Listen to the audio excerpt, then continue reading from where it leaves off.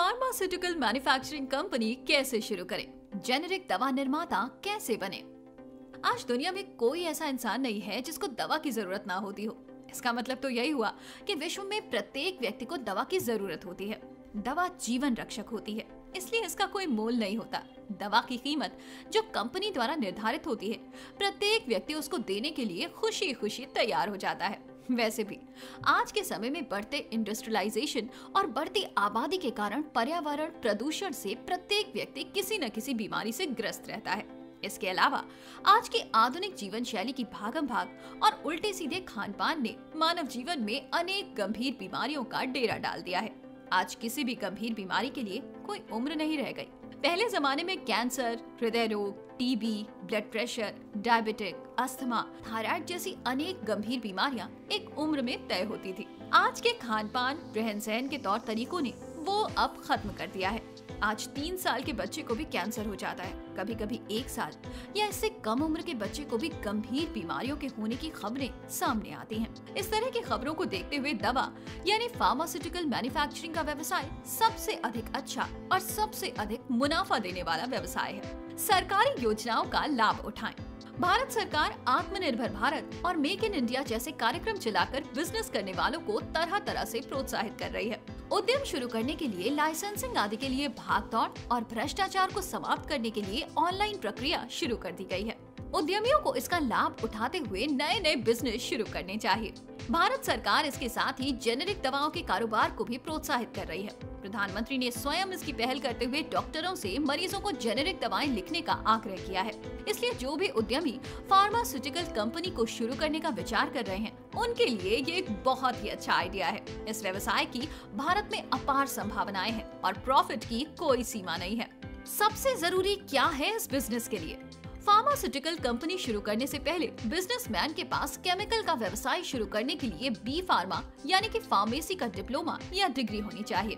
यदि ये डिग्री या डिप्लोमा नहीं है तो वो बिजनेसमैन इस कंपनी की शुरुआत नहीं कर सकता। वैसे इसका विकल्प ये है कि बिजनेसमैन किसी अनुभवी फार्मासिस्ट को अपने बिजनेस के साथ जोड़ ले यानी सैलरी पर रख ले और उसके प्रमाण पत्र को बिजनेस को स्थापित करने के लिए इस्तेमाल करे। इसके साथ ही बिजनेसमैन को फार्मेसी यानी दवाओं के कारोबार का अच्छा अनुभव होना चाहिए। यदि अनुभव ना हो तो उसे किसी संस्थान से ट्रेनिंग या अनुभव ले लेना चाहिए। मार्केट में सॉल्ट के बारे में रिसर्च करना जरूरी है। कंपनी शुरू करने से पहले ये विचार करना चाहिए कि कंपनी में किस तरह की दवाएं या उपकरण का उत्पादन किया जाएगा। इसके बारे में बिजनेसमैन को अपने पास उपलब्ध दवा यानी कि फॉर्मूले यानी सॉल्ट को लेकर अपने बिजनेस वाले एरिया के दवा मार्केट में रिसर्च करनी चाहिए। यदि आपके फॉर्मूले वाली दवा की मार्केट में अच्छी डिमांड है और उसकी सप्लाई कम है या नहीं है, तभी उस दवा के उत्पादन के बारे में सोचना चाहिए। प्रोजेक्ट रिपोर्ट बनाएं। जब आप फार्मास्यूटिकल कंपनी को शुरू करने का पक्का इरादा कर लें, तो आपको उसकी प्रोजेक्ट रिपोर्ट बनानी होगी। इस प्रोजेक्ट रिपोर्ट में आप जगह जमीन से लेकर दवा उत्पादन और सेल करने के सभी तरीके, फंड आदि का विस्तार से जिक्र करें। इसके अलावा कंपनी को स्थापित करने के भारत सरकार और जिस राज्य में कंपनी को खोलना है, उस राज्य सरकार के फार्मास्यूटिकल कंपनी खोलने के कानून और शर्तों का पालन करना चाहिए। आपको ड्रग लाइसेंस लेने के लिए कंपनी की प्रोजेक्ट रिपोर्ट की जरूरत होगी।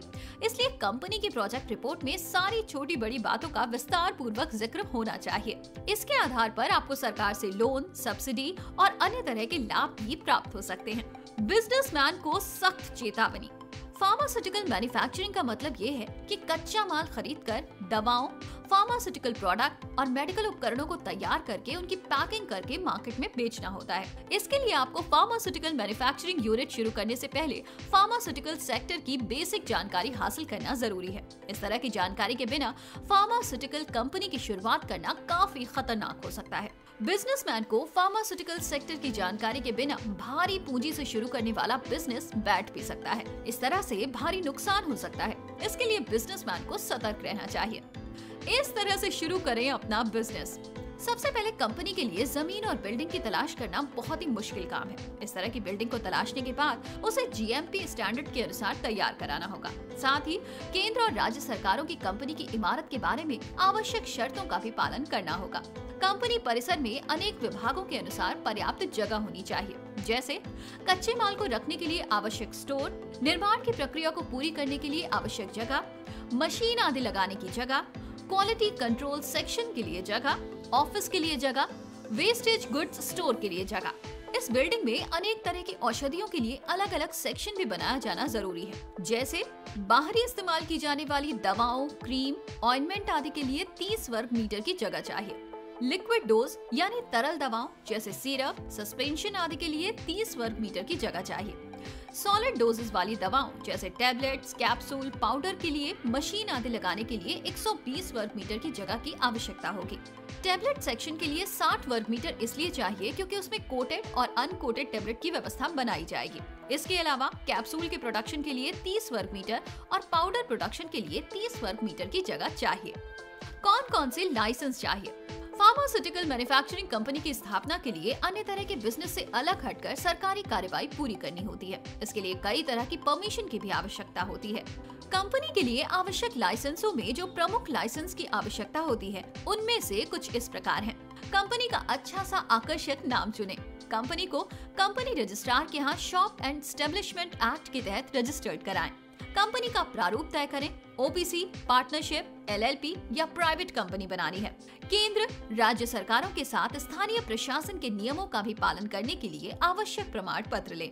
Drug manufacturing licence, drug distribution licence, testing laboratory licence, GST, आवश्यकता पड़ने पर संबंधित विभागों के अनापत्ति प्रमाण पत्र जैसे फायर, पॉल्यूशन आदि विभाग। मैन्युफैक्चरिंग लाइसेंस की प्रक्रिया और आवश्यक दस्तावेज। फार्मास्यूटिकल प्रोडक्ट या दवाओं के निर्माण के लिए आवश्यक लाइसेंस, जिसे ड्रग लाइसेंस भी कहते हैं, उसे drug controller general of India यानी DCGI के माध्यम से बनवाना होता है। इसके अलावा राज्यों की राजधानियों में राज्य ड्रग कंट्रोलर भी नियुक्त होते हैं, उनसे ये लाइसेंस बनवाना होता है। ये स्टेट ड्रग कंट्रोलर राज्य सरकार द्वारा DCGI की गाइडलाइन के अनुसार ही नियुक्त किया जाता है। आप स्टेट ड्रग कंट्रोलर के यहाँ ही ड्रग लाइसेंस के लिए आवेदन करें। ऑनलाइन या ऑफलाइन आवेदन करने के साथ कुछ आवश्यक दस्तावेज भी जमा करने होंगे। जब ये आवेदन दस्तावेजों के साथ स्टेट ड्रग कंट्रोलर को प्राप्त हो जाते हैं, तो वहाँ से एक अधिकारियों की टीम आपके संस्थान में निरीक्षण करने के लिए आती है। ये टीम वहाँ बारीकी से निरीक्षण करती है और जब उसे इमारत में निर्माण और बचाव के साधन आदि नियमानुसार मिलते हैं और वो टीम अपनी जांच में संतुष्ट हो जाती है, तो आपको ड्रग लाइसेंस दे देती है। उसके बाद आप अपना निर्माण कार्य शुरू कर सकते हैं। यदि टीम को आपके संस्थान के निर्माण आदि में सरकारी नियमों का उल्लंघन या कोई कमी मिलती है, तो वो आपसे उस कमी को दूर करने के लिए कहेगी। उस कमी को दूर करने के साथ आपको प्रमाण के साथ उसे स्टेट ड्रग कंट्रोलर के यहाँ जमा करना होता है। उसके बाद पुनः कार्यवाही की जाती है। उसके बाद आपको ड्रग लाइसेंस प्रदान किया जाता है। मशीनरी और analytical equipment. Pharmaceutical manufacturing company में विभिन्न विभागों में तरह तरह की दवाएं बनाने के लिए कई तरह की मशीनों और एनालिटिकल टेस्टिंग इक्विपमेंट की जरूरत होती है। इस काम में आने वाले कुछ प्रमुख मशीनें इस प्रकार हैं। लिक्विड, सिरप, सस्पेंशन सेक्शन के लिए, हाई स्पीड मिक्सर 1000 लीटर के लिए, स्टोरेज टैंक 1000 लीटर वाला जिसमें पहिए और ढक्कन हो, स्टोरेज टैंक 200 लीटर वाला जिसमें पहिए और ढक्कन हो, liquid filling machine, packing cap sealing machine, liquid छानने वाली मशीन, मेज, कैप्सूल, टैबलेट, पाउडर बनाने के लिए, air compressor, air conditioner, blister packing machine, capsule filling machine, capsule loader, tablet punching machine, coating pan, sifter, mixer 100 kilogram वाला, dryer tray, double cone blender, powder भरने और seal करने वाली machine. इसके अलावा कुछ अन्य मशीनों की भी आवश्यकता होती है जो इस प्रकार हैं। दवाओं के batch printing machine, RO plant, lab उपकरण, एयर हैंडलिंग यूनिट। कंपनी में काम करने वाले टेक्निकल स्टाफ कितने चाहिए? अनेक तरह की फार्मास्यूटिकल मैन्युफैक्चरिंग कंपनी के लिए अलग अलग संख्या में कुशल, अनुभवी, टेक्निकल और अकुशल कर्मचारियों की जरूरत होती है। आमतौर पर बताया जाता है कि जीएमपी स्टैंडर्ड के नियमों के अनुसार किसी भी फार्मास्यूटिकल कंपनी के लिए कम से कम 2 टेक्निकल अनुभवी स्टाफ की आवश्यकता होती है। इसमें से एक टेक्निकल स्टाफ कंपनी में हो रहे दवा निर्माण की प्रक्रिया की देखरेख के लिए तैनात होना चाहिए। वो अपनी देखरेख में दवाओं का निर्माण यानी उत्पादन कराए, किसी भी तरह की समस्या आने पर तुरंत उसका समाधान भी कराए। दूसरे टेक्निकल स्टाफ को चाहिए कि वो एनालिटिकल प्रोसेस की मॉनिटरिंग करे। उसे चाहिए कि वो क्वालिटी कंट्रोल करे। मैन्युफैक्चरिंग प्रक्रिया में काम करने वाले व्यक्ति का नाम manufacturing chemist, production officer, supervisor के रूप में लिखें। जो व्यक्ति एनालिटिकल प्रोसेस को पूरा करवा रहा है उसका नाम quality control chemist, analytical chemist के रूप में लिखें, ताकि उन लोगों की जिम्मेदारियां तय की जा सके और किसी तरह की समस्या होने पर उनको पहचाना जा सके और उनसे काम करवाया जा सके। कंपनी स्थापित करने में कितनी लागत आती है? फार्मास्यूटिकल मैन्युफैक्चरिंग कंपनी स्थापित करना बड़ा काम है। इसमें बड़ी पूंजी लगाई जाती है। जो बिजनेसमैन एक बार में ही मोटी पूंजी लगाकर लंबे समय तक मुनाफा कमाना चाहते हो, उनके लिए ये बिजनेस आइडिया बिल्कुल सही है। वैसे इस तरह की कंपनी को स्थापित करने के लिए कोई फिक्स लागत नहीं है, क्योंकि विभिन्न शहरों के अनुसार जमीन या कंपनी इमारत की कीमत और किराया अलग अलग होता है। इसके अलावा कई अन्य जरूरत के सामान की कीमत भी अलग अलग होती है। इसके बावजूद इस बिजनेस के एक्सपर्ट्स का मानना है कि एक औसत दर्जे की कंपनी को स्थापित करने के लिए कम से कम 15 से 20 लाख रुपए की जरूरत होती है। मुनाफा कितना मिलता है? फार्मास्यूटिकल मैन्युफैक्चरिंग और इसका बिजनेस दो तरह से होता है। एक बिजनेस दवाओं के सॉल्ट को कंपनी अपने नाम से पेटेंट करा लेती है, तो उस सॉल्ट पर उस कंपनी की मोनोपोली हो जाती है। उससे वो अपने सॉल्ट की कोई भी कीमत वसूल सकती है। इसका उदाहरण आजकल मार्केट में महंगी दवाएं हैं। इसका कारण ये है कि कंपनी अपने सॉल्ट को हिट करने के लिए उसके ऑनलाइन और ऑफलाइन मार्केटिंग और ऑफर स्कीम आदि पर बहुत अधिक खर्च करती है। उसका भी औसत उसे अपने सॉल्ट से ही निकालना होता है। दूसरा, आजकल भारत में जेनेरिक दवाओं का प्रचलन रहा है। इस तरह के बिजनेस में कोई भी जेनेरिक दवा निर्माता किसी भी मशहूर कंपनी के सॉल्ट को लेकर कोई प्रोडक्ट तैयार करता है, उसका नाम अपनी इच्छा अनुसार रखता है, यानी उसके नाम की नकल नहीं करता है। उस सॉल्ट का वो कोई बहुत बड़ा प्रचार नहीं करता, केवल डॉक्टरों और बड़े बड़े अस्पतालों में अपने प्रोडक्ट के बारे में जानकारी देता है। इसलिए वो अपना प्रोडक्ट पेटेंट दवाओं के रेट से बहुत कम रेट पर बेचता है। इन दो तरीकों से इस बिजनेस को करने से बिजनेसमैन अलग अलग तरह का मुनाफा यानी कि प्रॉफिट कमा सकता है। पहले तरीके यानी पेटेंट कराने वाले बिजनेसमैन को अपने सॉल्ट पर 50 से 60% तक का मुनाफा मिलता है। दूसरे तरीके से यानी जेनेरिक दवाएं बनाने वाले बिजनेसमैन को औसतन 25 से 30% तक का मुनाफा मिल सकता है। जेनेरिक दवाओं के निर्माता कैसे बने? इसमें आपको कोई अलग से प्रक्रिया अपनाने की आवश्यकता नहीं होती है। सारी प्रक्रिया किसी भी तरह के फार्मास्यूटिकल मैन्युफैक्चरर की तरह ही पूरी करनी होती है। बस इसमें आवेदन करते समय जेनेरिक दवाओं के बनाने का जिक्र करना होता है। साथ ही सरकार द्वारा चलाई जा रही मेक इन इंडिया और आत्मनिर्भर भारत योजनाओं का भी हिस्सा बनना होता है। साथ ही MSME में रजिस्ट्रेशन कराकर उद्योग आधार हासिल करना होता है। इसमें बिजनेसमैन का माइनस पॉइंट ये है कि वो अपने द्वारा किसी भी तरह की बनाई गई दवा का पेटेंट नहीं करा सकता है।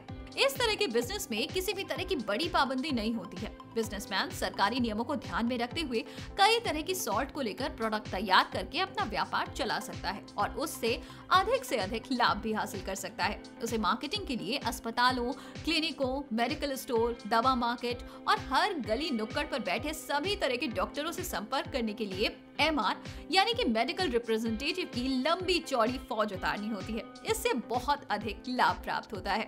तो आज के इस वीडियो में इतना ही। कैसा लगा आपको ये वीडियो? हमें कमेंट करके जरूर बताइएगा। ओके क्रेडिट, बिजनेस ओके है।